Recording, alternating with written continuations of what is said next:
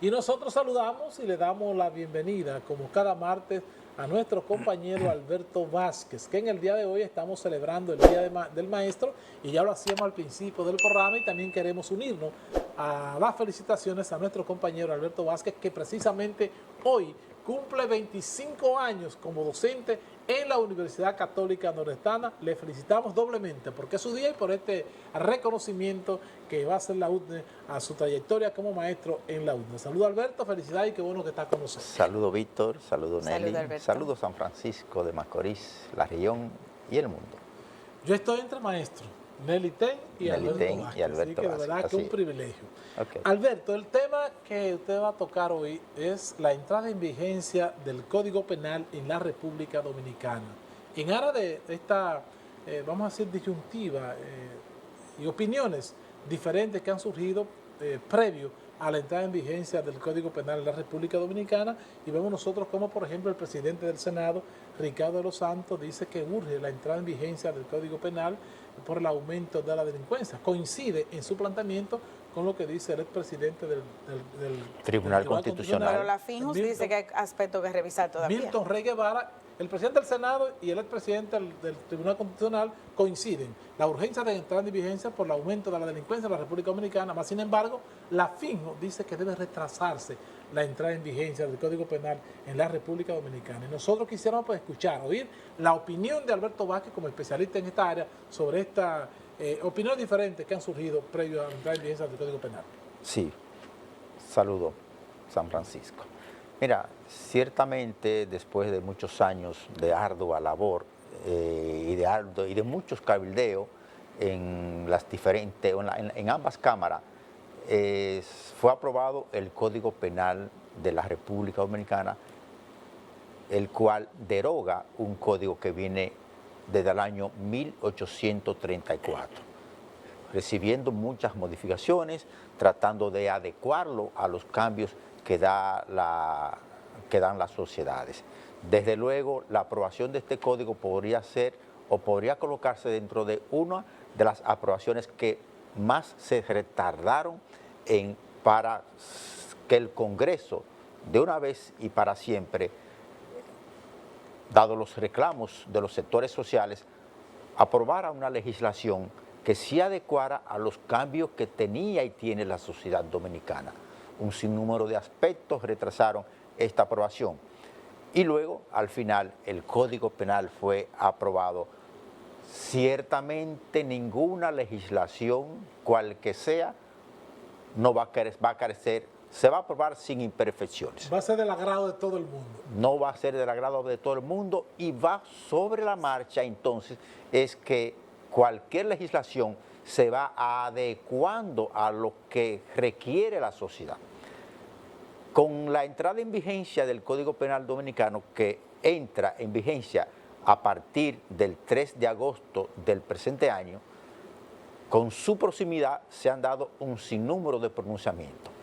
El primero es, y el más radical, es de la FINJUS, que solicita al presidente de la República que someta un proyecto de ley, que es la única forma de tenerla puesta en vigencia de manera inmediata a partir del día 3 de agosto para retardar lo que es la aprobación. A esa actitud de la FINJUS, que particularmente yo me asombro con la actitud de la FINJUS, le sale ya sobre la marcha el presidente del Tribunal Constitucional, don Milton Rey Guevara. También el consultor jurídico del Poder Ejecutivo se ha pronunciado. En estos momentos ya es Subero Isa. Antoliano Peralta es en estos momentos el ministro de Justicia, quien también se ha pronunciado en el sentido de que, si bien es cierto que el código adolece de algunas figuras jurídicas que deben ser modificadas, no menos cierto es que su entrada en vigencia es elemental, importante.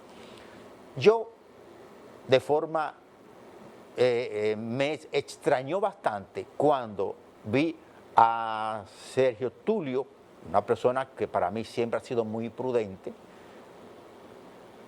plantear que el presidente debiera detener la puesta en vigencia o la entrada en vigencia del código, sometiendo un proyecto de ley para que se reduzca o se prolongue su entrada en vigencia. Para seguir consultando, Alberto. Y alega Sergio Tulio que el código carece de imperfecciones. Y la pregunta es, ¿qué ley aprobada, incluso ya en vigencia, incluso ya en uso permanente, no tiene imperfecciones?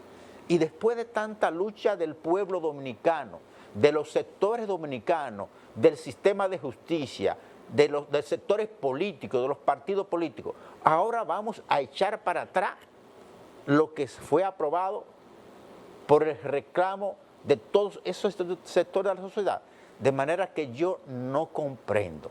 Pero Sergio Tulio hace la propuesta, pero no identifica los aspectos alarmantes. Por ejemplo, se identifican algunos aspectos que ciertamente son alarmantes del nuevo Código Penal, como el castigo a la difamación.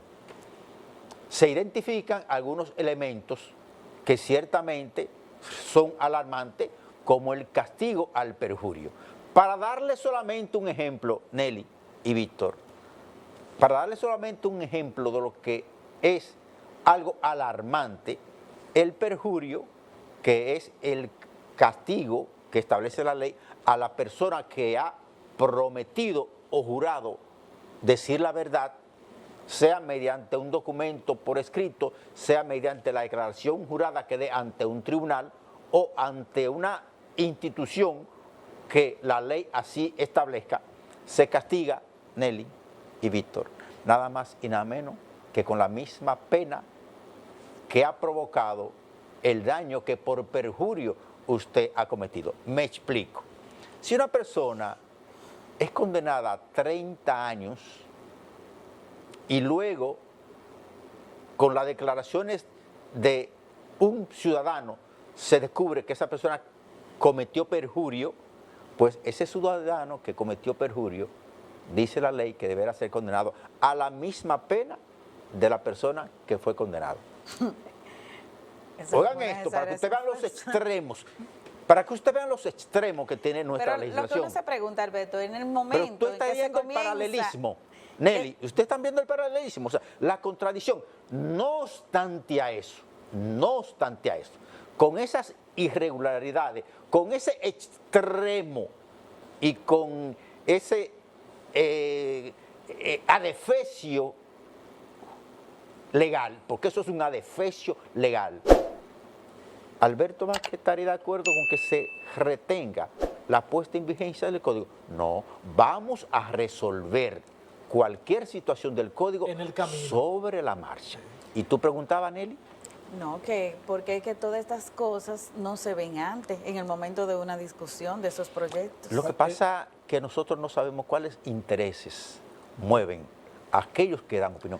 Sergio Tulio se da cuenta en el día de ayer que el código carecía de esas imperfecciones. Usted decía, Alberto, que algo que lo sorprende, primero esa posición de Tulio, que es muy ecuánime, claro, y que tampoco es muy ecuánime, claro, su característica es que es muy ecuánime. Y que tampoco ha sido capaz de identificar en esta propuesta que él hace, a la que se opone, cuáles son esos aspectos, esas imperfecciones, claro, que según él tiene el Código Penal. Entonces, la pregunta mía es, Alberto Vázquez, ¿cuál podría ser entonces el interés de ese Tulio que ha sido siempre muy ecuánime, que cuando emite cualquier opinión sobre cualquier tema a través de Finjo es escuchado, o sea, para poner ahora y exponer esta posición frente al Código Penal? ¿Cuál podría ser entonces yo quisiera lo que lo llevaría a esa situación? Mira, yo quisiera quedarme en un pronunciamiento inadecuado. Para no pecar. Porque, ¿qué resulta? Nosotros tenemos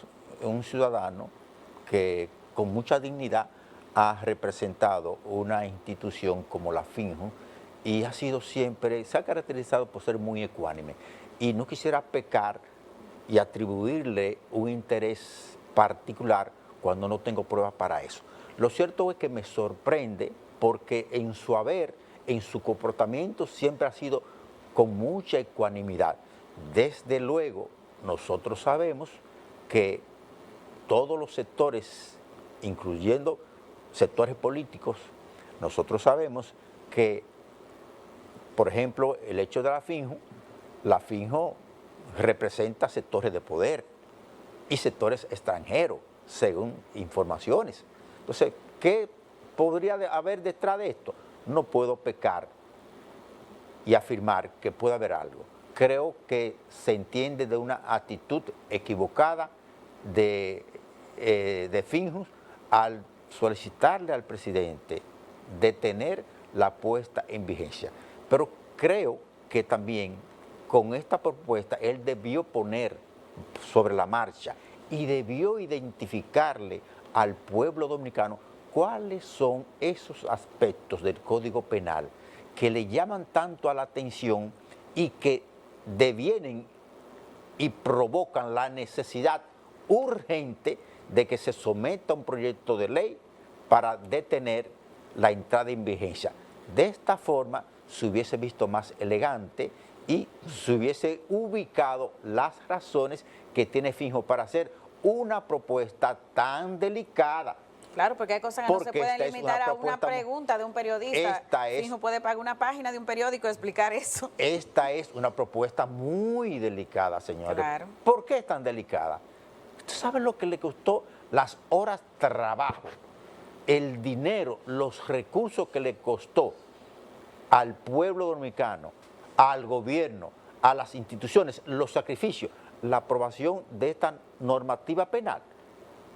¿Cuántas horas y cuántas tintas se derramaron los periódicos tratando exigiendo que de una vez se modificara o se derogara o se cambiara el Código Penal que venía del año 1834 para que a menos de 30 días o a 33 días se proponga que se detenga la entrada en vigencia?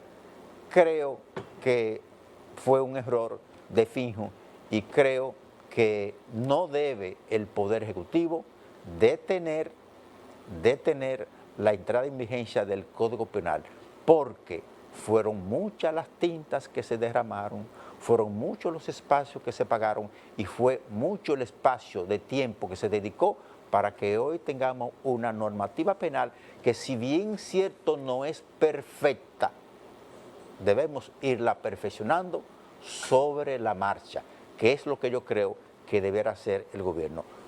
Me agradó mucho cuando en el día de ayer vi a una persona autorizada como don Milton Rey Guevara oponiéndose a esa actitud de la Finjo. Veremos en el día de hoy más sectores que se van a sumar a uno u a otra.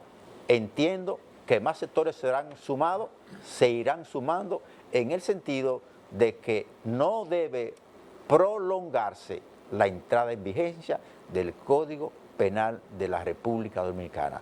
Mucho esfuerzo se entregaron y mucho esfuerzo se dedicaron para que hoy tengamos una nueva normativa penal. Y ahorita decíamos nosotros, Alberto, que la palabra urgencia es una palabra como que empaña y afea también lo que es algo, porque eso es que de urgencia es cuando tú tienes que tomar una decisión, tú no la lees, tú no analizas, no, de urgencia. Pero son de las cosas que a mí me extrañan. Son términos pero que que no deberían... tenemos un código que se dio un año para que entrara en vigencia. Entonces, ¿cómo es posible que usted a un mes que se dé cuenta que el código tiene imperfecciones a tal punto que debe actuarse con urgencia? Años de consulta, como usted acaba de señalar, Alberto Vázquez, y en horas usted viene entonces a percatarse de que ciertamente tiene esas imperfecciones que usted señala. Pero, Alberto, usted decía ahorita que independientemente de la ecuanimidad que ha exhibido durante toda su trayectoria el señor Tulio, sí, pues también la Finjo representa intereses. Entonces, la Finjo representa intereses. Vamos intereses. nosotros a evaluar